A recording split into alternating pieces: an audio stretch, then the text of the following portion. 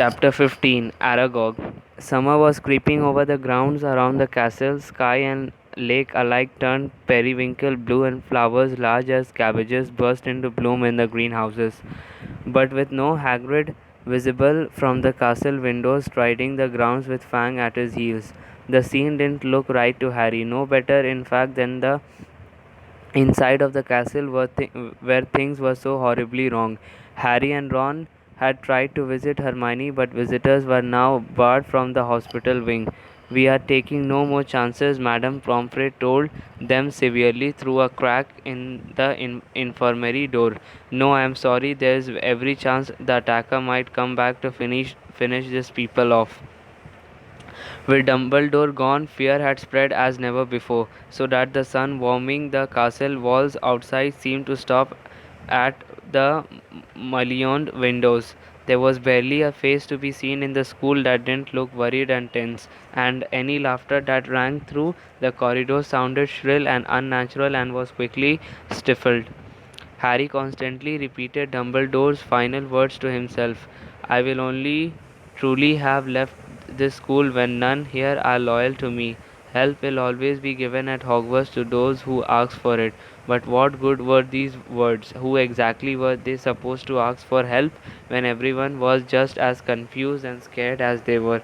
Hagrid's hint about the spiders was far easier to understand. The trouble was there didn't seem to be a single spider left in the castle to follow. Harry looked everywhere he went, helped rather reluctantly by Ron.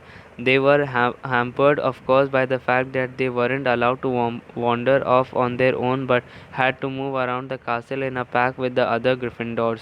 Most of their fellow students seemed glad that they were being shepherded from class to class by teachers, but Harry found it very irksome. One person, however, seemed to be thoroughly enjoying the atmosphere of terror and suspicion. Draco Malfoy was strutting around the school as though he had just been appointed the head boy. Harry didn't realize what he was so pleased about until the potions lesson about 2 weeks after Dumbledore and Hagrid had left. When sitting right behind Malfoy, Harry overheard him gloating to Crabbe and Goyle. I always thought Father might be the one who got rid of Dumbledore, he said, not troubling to keep his voice down. I told you he thinks Dumbledore's the worst headmaster the school's ever had. Maybe we will get a decent headmaster now, someone who won't want the Chamber of Secrets closed. McGonagall won't last long, she's only filling in. Snape swept past Harry, making no comment about Hermione's empty seat and cauldron. Sir, said Malfoy loudly, sir, why don't you apply for the headmaster's job? Now, Malfoy, said Snape, though he couldn't suppress a thin lipped smile. Professor Dumbledore has only been suspended by the governors. I dare say he will be back with us soon enough. Yeah, right, said Malfoy, smirking. I expect you did have Father's vote, sir. If you wanted to apply for the job, I will tell Father you are the best teacher here, sir.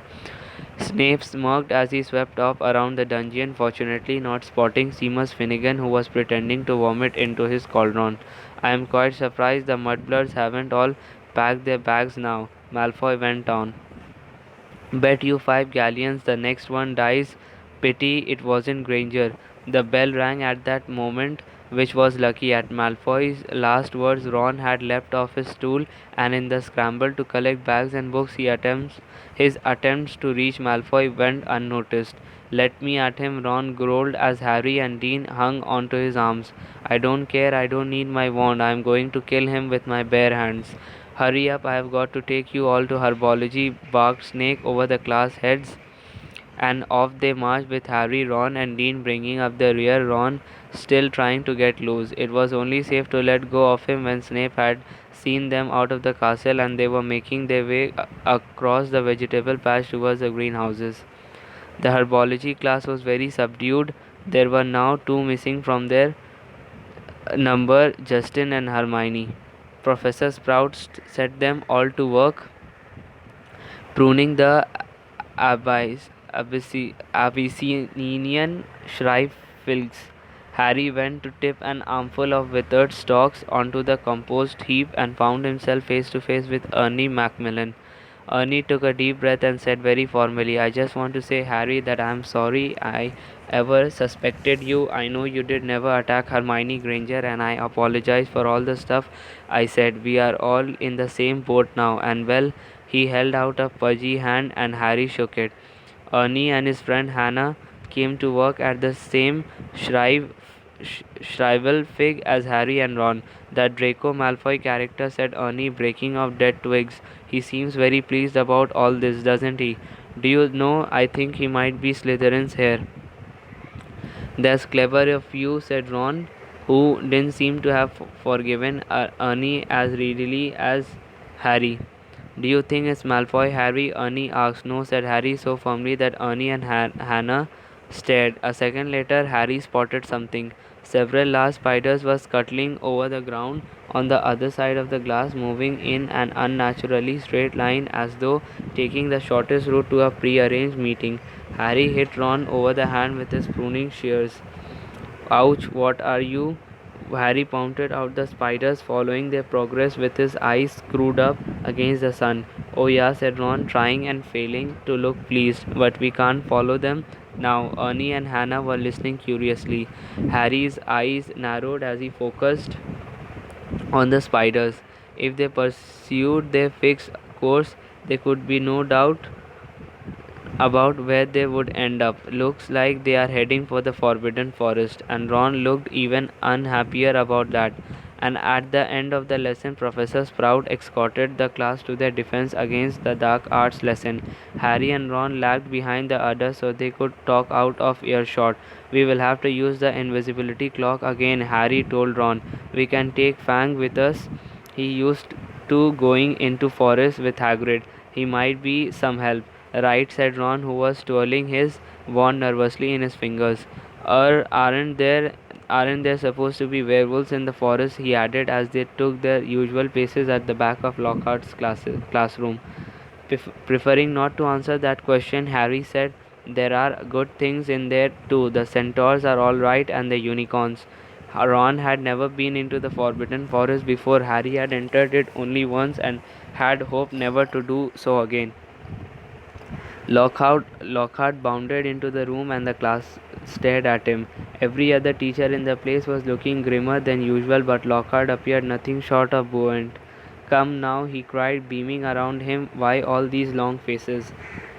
People swabbed exasperated looks, but nobody answered. Don't you people realize, said Lockhart, speaking slowly as though they were all a bit dim. The danger has passed. The culprit has been taken away. Says who? Said Dean Thomas loudly. My dear young man, the Minister of Magic would have taken Hagrid if had not been 100% sure that he was guilty, said Lockhart in the tone of someone explaining that one and one made two. Oh, yes, he would, said Ron even more loudly than Dean.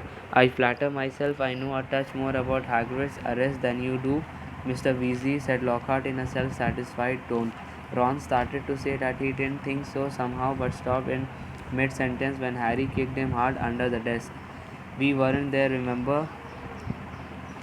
Harry muttered, but Lockhart's disgusting cheeriness, his hints that he had always thought Hagrid was no good, his confidence that the whole business was now at an end, irritated Harry so much that he yearned to throw gadding with Gauls right in Lockhart's stupid face.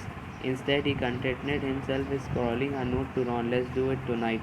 Ron read the message, swallowed hard, and looked sideways at the empty seat usually filled by Hermione. The sight seemed to stiffen his resolve and he nodded. The Gryffindor common room was always very crowded these days because from 6 o'clock onwards the Gryffindors had nowhere else to go. They also had plenty to talk about, with the result that the common room often didn't empty until past midnight. Harry went to get the invisibility clock out of his trunk right after dinner and spent the evening sitting on it, waiting for the room to clear. Fred and George challenged Harry and Ron to a few games of exploding snap, and Ginny sat watching them very subdued in Hermione's usual chair. Harry and Ron kept losing on purpose, trying to finish the games quickly, but even so, it was well past midnight when Fred, George, and Ginny finally went to bed. Harry and Ron waited for the distant sounds of two dormitory doors closing before seizing the clock, throwing it over themselves, and climbing through the portrait hole. It was another difficult journey through the castle, dodging all the teachers. At last, they reached the entrance hall, slid back the lock on the oak front door, squeezed between them, trying to stop any creaking, and stepped out into the moonlit grounds. Course, said Ron abruptly as they strode across the black grass. We might get to the forest and find there is nothing to follow. Those spiders might not have been going there at all. I know it looked like they were moving in that sort of general direction, but his voice trailed away hopefully. They reached Hagrid's house, sad and sorry looking with its blank windows. When Harry pushed the door open, Fang went mad with joy at the sight of them. Worried he might wake everyone at the castle with his deep booming barks, they hastily fed him treacle toffee from a tin on the mantelpiece which glued his teeth together. Harry left the invisibility clock on Hagrid's table. There would be no reason for it in the pitch dark forest. Come on, Fang, we are going for a walk, said Harry, patting his leg, and Fang bounded happily out of the house behind them, dashed to the edge of the forest, and lifted his leg against a large skymore tree. Harry took out his wand, murmured Lumos, and a tiny light appeared at the end of it, just enough to let them watch the path of signs of spiders.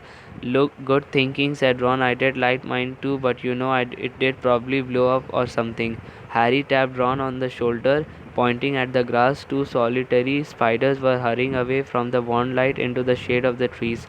Okay, Ron sighed as though resigned to the worst. I am ready, let's go. So, with fangs scampering around them, sniffing tree roots and leaves, they entered the forest by the glow of Harry's wand. They followed the steady trickle of spiders moving along the path. They walked behind them for about 20 minutes, not speaking, listening hard for noises other than breaking twigs and rustling leaves. Then, when the trees had become thicker than ever so that the stars overhead were no longer visible and Harry's wand shone alone in the sea of dark, they saw their spider guys leaving the path. Harry paused, trying to see whether the spiders were going, but everything outside his little sphere of light was pitch black. He had never been this deep into the forest before. He could vividly remember Hagrid advising him not to leave the forest path last time he did been in here. But Hagrid was miles away now, probably sitting in a cell in Azkaban, and he had also said to follow the spiders. Something wet touched Harry's hand and he jumped backward, crushing Ron's foot, but it was only Fang's nose. What did you reckon? Harry said to Ron, whose eyes he could just make out, reflecting the light from his wand. We have come this far, said Ron, so they followed the darting shadows of the spiders into the tree.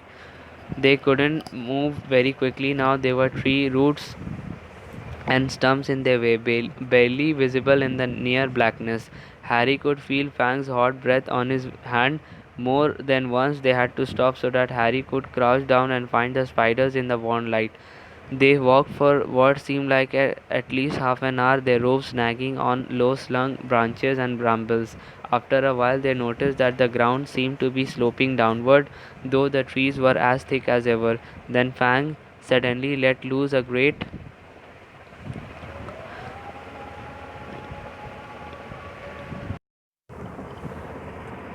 Then Fang suddenly let loose a great echoing bark, making both Harry and Ron jump out of their skins.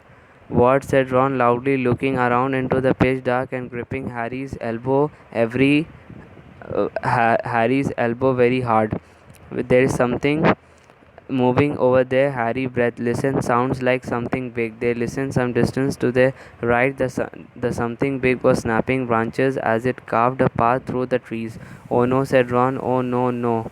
Shut up, said Harry frantically. It will hear you. Hear me, said Ron in an unnaturally high voice. It's already heard Fang. The darkness seemed to be pressing on their eyeballs as they stood terrified, waiting. There was a strange rumbling noise and then silence. What do you think it's doing? Said Harry. Probably getting ready to pounce, said Ron. They waited, shivering, hardly daring to move. Do you think it's gone? Said Harry whispered. Don't know. Then to their right came a sudden blaze of light so bright in the darkness that both of them flung up their hands to shield their eyes. Fang yelped and tried to run but got lodged in a tangle of thorns and yelped even louder. Harry, Ron shouted, his voice breaking with relief. Harry, it's our car. What? Come on. Harry blundered after Ron towards the light, stumbling and tripping, and a moment later they had emerged into a clearing. Mr. Weasley's car was standing empty in the middle of a circle of thick trees under a roof of dense branches, its headlights ablaze. As Ron walked open mouthed towards it moved slowly towards him exactly like a large tortoise dog greeting its owner. It's been here all the time, said Ron delightedly, walking around the car. Look at it, the forest turned it wild. The sides of the car were scratched and smeared with mud. Apparently, it had taken to trundling around the forest on its own. Fang didn't seem at all keen on it. He kept close to Harry, who could feel him quivering.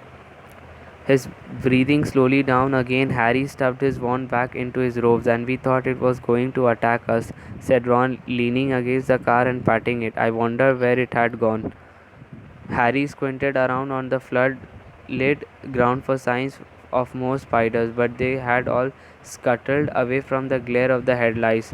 We have lost the trail, he said. Come on, let's go and find them. Ron didn't speak, he didn't move. His eyes were fixed on a point some 10 feet above the forest floor, right behind Harry. His face was livid with terror. Harry didn't even have time to turn around. There was a loud clicking noise, and suddenly he felt something long and hairy seize him around the middle and lift him off the ground so that he was hanging face down. Struggling, terrified, he heard more clicking and saw Ron's legs leave the ground too, heard Fang whimpering and howling. Next moment, he was being swept away into the dark trees. Head hanging, Harry saw that what had hold of him was marching on six immensely long, hairy legs, the front two clutching him tightly below a pair of shining black pincers. Behind him, he could hear another of the creatures, no doubt carrying Ron. They were moving into the very heart of the forest. Harry could hear Fang fighting to free himself from a third monster whining loudly, but Harry couldn't have yelled even if he had wanted to. He seemed to have left his voice back with the car in the clearing. He never knew how long he was in the creature's clutches.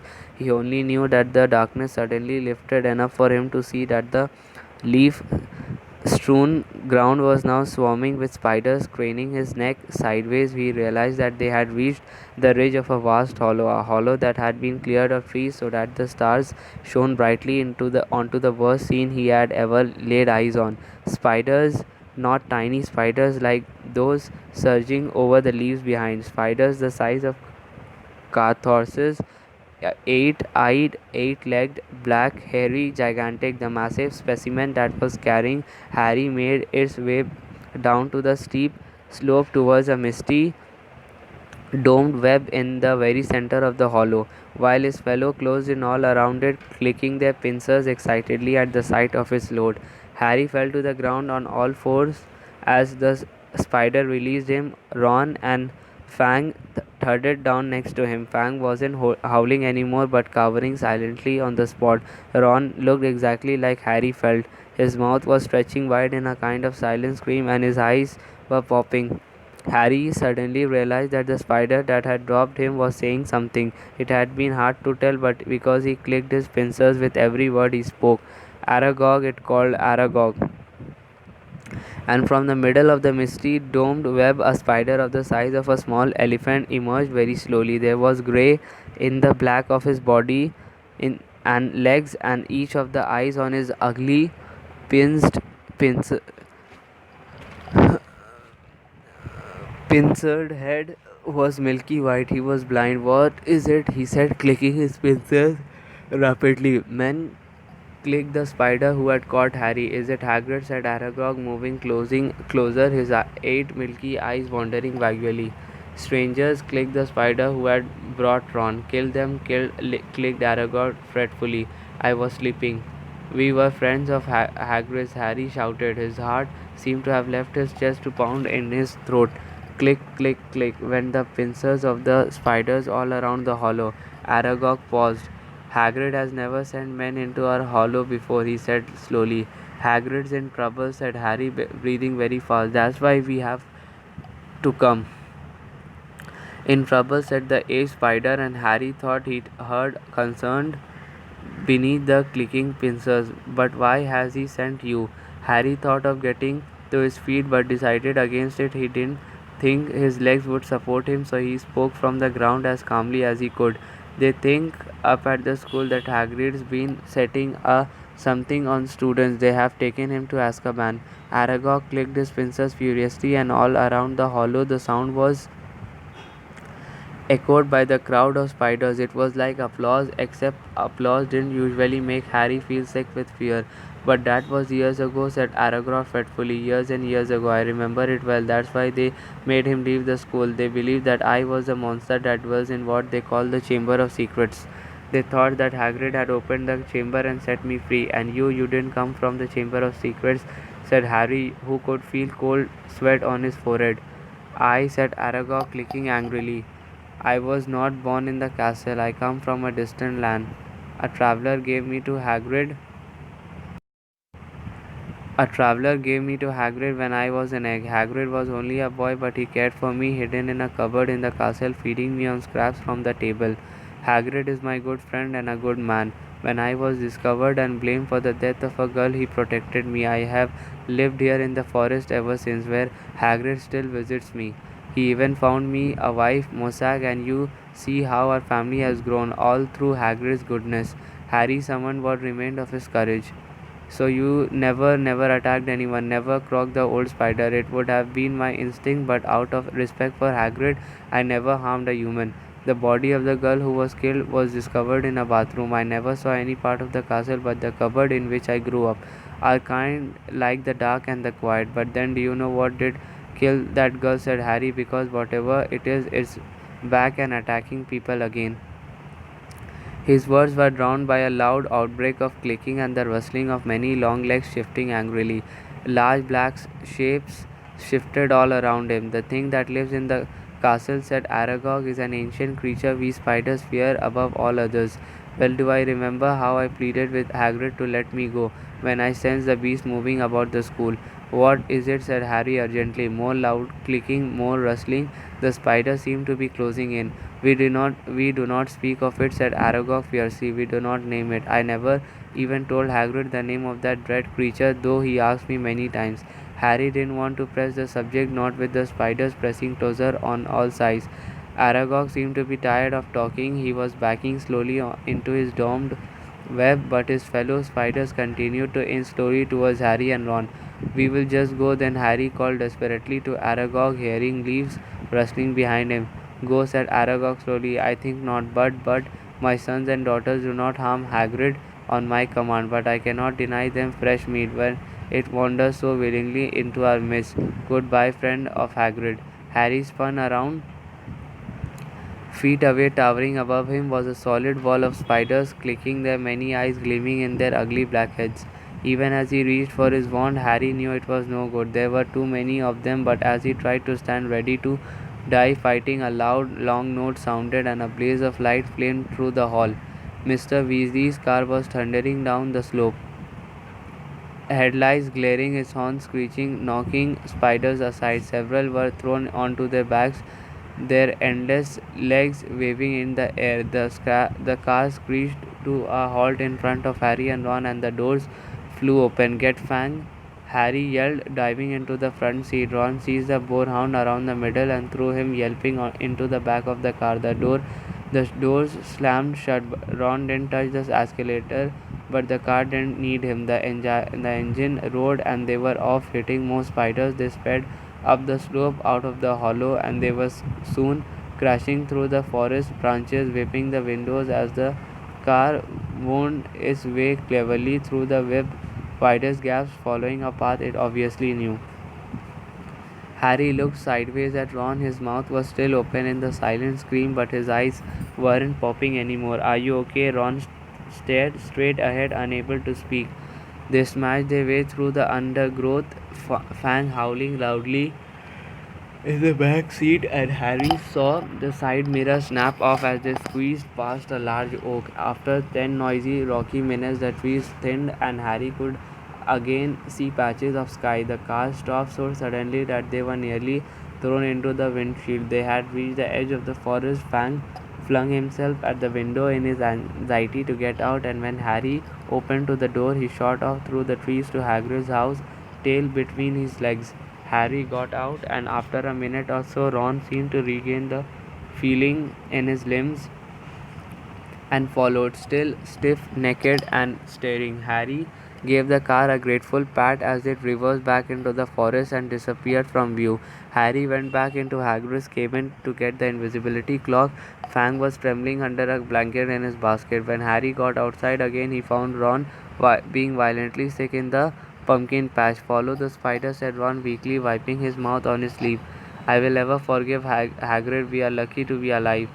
I bet he thought Aragog wouldn't hurt friends of his, said Harry. That's exactly Hagrid's problem, said Ron, thumping the wall of the cabin.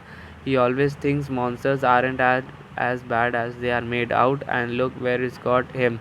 A cell in Azkaban. He was shivering uncontrollably now. What was the point of sending us in there? What have we found out? I did like to know that Hagrid never opened the Chamber of Secrets, said Harry, throwing the clock over Ron and prodding him in the arm to make him walk. He was innocent. Ron gave a loud snort, evidently hatching Aragog in a cupboard wasn't his idea of being innocent. As the castle loomed near, Harry twitched the clock to make sure their feet were hidden. Then they pushed the creaking front doors ajar. They walked carefully back across the entrance hall and up the marble staircase, holding their breath as they passed corridors where watchful sentries were walking. At last, they reached the safety of the Gryffindor common room, where the fire had burned itself into glowing ash. They took off the clock and climbed the winding stair to their dormitory. Ron fell onto his bed without bothering to get undressed. Harry showered. Harry, however, didn't feel very sleepy. He sat on the edge of his four-poster, thinking hard about everything Aragog had said. The creature that was lurking somewhere in the castle, he thought, sounded like a sort of monster Voldemort. Even other monsters didn't want to name it, but he and Ron were no closer to finding out what it was or how it petrified its victims. Even Hagrid had never known what was in the Chamber of Secrets. Harry swung his legs up onto his bed and leaned back against his pillows, watching the moon glinting at him through the tower window. He couldn't see what else they could do. They had hit dead ends everywhere. Riddle had caught the wrong person. The hair of Slytherin had got off, and no one could tell whether it was the same person or a different one who had opened the chamber this time. There was nobody else to ask. Harry lay down, still thinking about what Aragog had said. He was becoming drowsy when what seemed like their very last hope occurred to him, and he suddenly sat bolt upright. Ron, he hissed through the dark. Ron. Ron woke with a yelp like Fang, stared wildly around and saw Harry. Ron, that girl who died, Aragog said she was found in a bathroom, said Harry, ignoring Neville's snuffling snores from the corner. What if she never left the bathroom? What if she's still there? Ron rubbed his eyes, frowning through the moonlight, and then he understood too. You don't think not, moaning mortal?